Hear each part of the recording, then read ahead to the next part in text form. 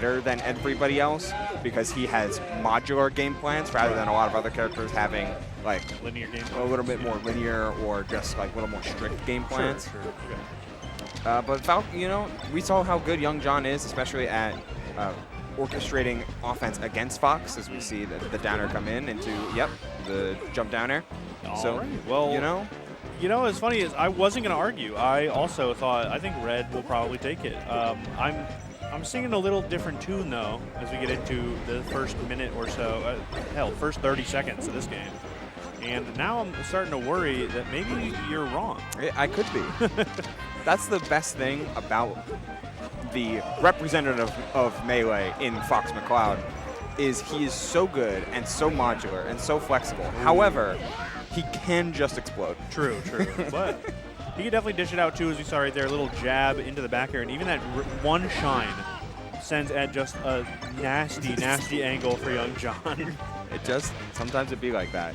You approach strong and got shined. Oh, no. It's the love of the game right there. That's the game we play. Big shine follow-up, couple nairs. That roll kind of got scouted out there by Red, too. You know, going for, like, the, waveland on, like, the ledge dash into the roll is, like, sometimes ill-advised, but you got Young John holding it down. I love that little late hit at the back air so much. It does tons and tons of work. Shine late back air into whatever you want there in that case. Oh, approaching nair. One more nair to recover, and then the rising back air from deep off stage. Just a little bit misspaced to go for a shine, so go for a different edge guarding route, but it's all the same, and it's all Greek to me. Right, yeah, thankfully they all work. Right? Yeah. That's the lovely part of it. Yeah, just hit the bird. You get the canvas. Just hit the bird. You can paint the brush however you want. Sometimes it involves getting shined multiple times, and I think we can see one player is having a much better time with that experience than the other. It really did come down to, 4-5 key moments that Red brought it all of the way back with. We're going right back into it, though, as we get into Battlefield Game 2. Getting away from Dreamland, which can have those spacing issues, and we saw Young John have a lot of success with approaching laser, but it seemed like later in that game he was getting more reliant on like specific laser timings to get in, like usually super late ones. Battlefield, a little more close quarters, can help you just avoid the need to approach because you're already in. Right. Good capitalization right there from Young John. One small moment with the mistech immediately finds that back air to take that stock. And I was getting a little worried, too, because Red gets 1 or 2 hits, and I'm just like, uh-oh, I think it's even. I love that down air, too, to catch that side special on the lip of Battlefield. And we're seeing a similar game to Game 1, but it may just end similarly as well, as Red goes on the offensive here, too. Nairs should do it just fine. Let's get a little closer to even now. Yeah, there's just like there's no quarter for either of them. It's like, all right, it's time to force you off stage, and then once you're there, I win. Right. Oh, okay. Oh, double shine, dash attack. Interesting. I wonder if that meant to be a runoff? And either way, you find the down smash. Yeah. Yeah, I'd imagine like runoff nair could have possibly been it, but still, like it all worked out again. It's just the lovely part of playing these characters. You get to be so creative with them. A lot of instances just really work out in your favor. Oh, big up air. Oh, the shine though to break it up. Good stuff from Young John. Okay, up throw nair though on the top platform. Trying to change things about that full hop double jump back air was super clean from Young John.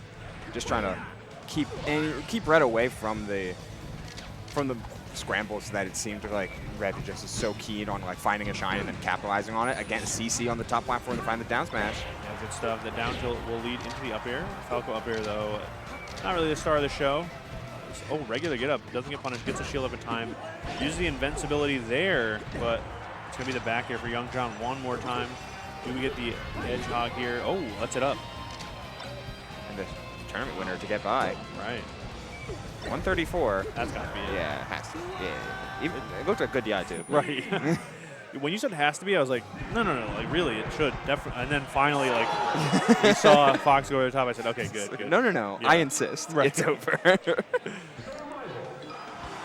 All right, nice response there in Game 2, but we will have a lot to think about as we go back and forth with these stage counter picks. So we're going to go to Pokemon Stadium here, which makes sense as the pick for Red. Definitely a Fox favorite stage, I would say. Yeah, something flexible, something with a lot of space to move. especially to get around all of the like vertical aggression it seems like Youngjan has been approaching with. It's been like getting in with a jump in laser and then instantly trying to set up a shine, or just approaching with things like nair. The down air pop up. Wow, that's so. Oh no, he lets up the ledge. No. And Red was even over 100 for that little extra bit of rub in. Just holds onto the ledge, gets the stock. The crazy part about it is it feels like Youngjan has complete control of the pace all 3 games, but then Red will find a specific moment and be like, gotcha. It really is. There's like nothing more indicative than Youngjan going wild with it on Dreamland and then just eating 2 shines and dying. Like 0 to 8 and then 8 to dead was what we saw earlier. And we're still kind of seeing it. Youngjan really dictating the pace here, but Red's really good at finding just a little crumb and turning it into a full course meal. Look at this. Oh my God. Just keeps it going. Finally, a little bit of offensive pressure for Red. Finds a huge back air. Oh no. One more shine ought to do it. Finds just a quick some SDI down air to pop off of the ground in order to refresh the resources, but it wasn't enough. Instead, we're stuck in tree prison yet again. Right. Please bring me back to the windmill or something. I like that windmill. Yeah. It's way more wholesome, enjoyableness. Gets back on the stage from that down air. Really good. I like presence of mind to not just die to the down air there. Looking for up tilts and yeah, okay. We're waiting for the transformation to be up. Youngjan trying to just wall out with back air and the lasers aplenty, but we get the clip of the Firefox AG. This might be it. I think it might be. The back air, though, sends the wrong way. A small gap. Big opportunity for Youngjan. Gets a down air off of the lip. Gets the laser as well. The down air doesn't do it. Shine into nothing. No follow-up. Just a laser back air does it. Loving that. Stuffing that approach out from Red. Really working out for Youngjan. Can we hold on to this lead, though? It looks like Red already raring to go. Yeah, making him work for it, though, is Red. And that can kind of be your win condition, right? If you're consistently taking stocks with the range of 130, which is pretty normal, to 8. Right. Like, making Youngjan work for a 200% stock can swing a game, because we got got ourselves a final stock situation for game number 3. Oh my goodness. And you know what? I wish that we this is a crazy replay. Look at this up tilt. That was so smart, but it was so slightly mistimed from Youngjan. Thank you, production, for the replay, because I was like blown away by how small of a timing difference it would make to be a completely different result. I really love the idea right there to go for the up tilt to punish Red's approach, because Red was just approaching constantly in that spot, but the up tilt was like just a few frames too early. It's a game of inches, and a game of timings as well. Half a frame off of a perfect anti-air, and instead you lose the game because of it, and Red goes up 2-1. We are going to Dreamland, though, see how the counter pick works out here. We did talk about it a little bit earlier in one of the other Fox and Falco matches. It can be a little treacherous in that middle area, but Fox off stage, kind of the same story over and over again. A little rinse and repeat, if you will. With some lather mixed in. Ooh, okay. Triple shine. Shine dare, but the DI was hard, and we're going to get rewarded with just an up smash. Not taking the stock thanks to Dreamland. Okay. This is an interesting counter pick if you strictly think about the dynamic of this particular matchup between these two players, where Youngjan is racking up tons of damage on Red and not able to take the stock, and then Red does something explosive to take the stock back. So Dreamland would lend itself to some longer games, but it looks like Youngjan is fine with that. It really is just still the Youngjan game right now. Yeah, if the goal is to try and maximize what you're good at, and in this case it's Youngjan, it's having control and having the long breadth of combo state, then sure, Red is going to take his stocks off of his explosive plays regardless of stage and positioning, so might as well try and favor what Youngjan has been consistent at, which is good platform play and big blast zones to always maintain space. Right. Ooh. Barely touching the stage on the right-hand side to get the jump back so you can get that shorten on the left-hand side.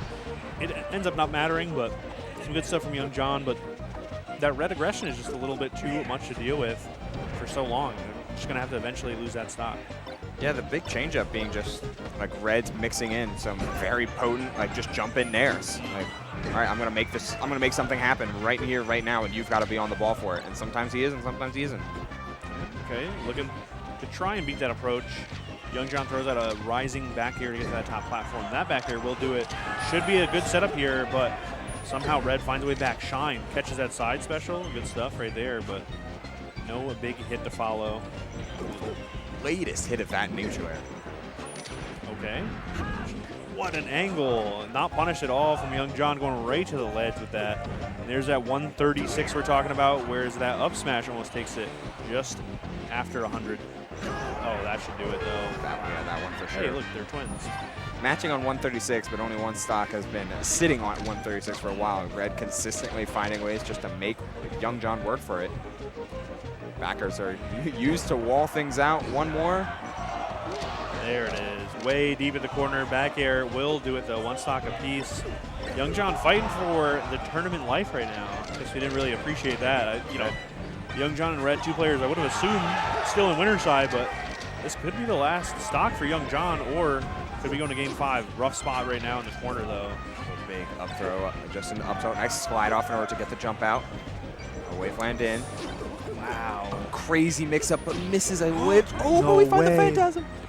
Red makes it back on the stage. We don't have a foul from Young John, though. They're scrambling right now.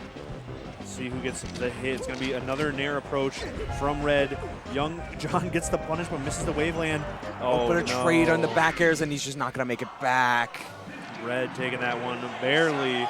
Bit of a nail biter in that game on Dreamland, but moving on in the loser's bracket. Big shout out to Young John, though, for some great games on stream, and I'm sure some great games in the bracket throughout the day as well. Yeah, I mean, everything about the game plan seemed so fluid. It was just like little mistakes. I hesitate to even call them mistakes because the thought process would be correct, but just a slight misspacing here, a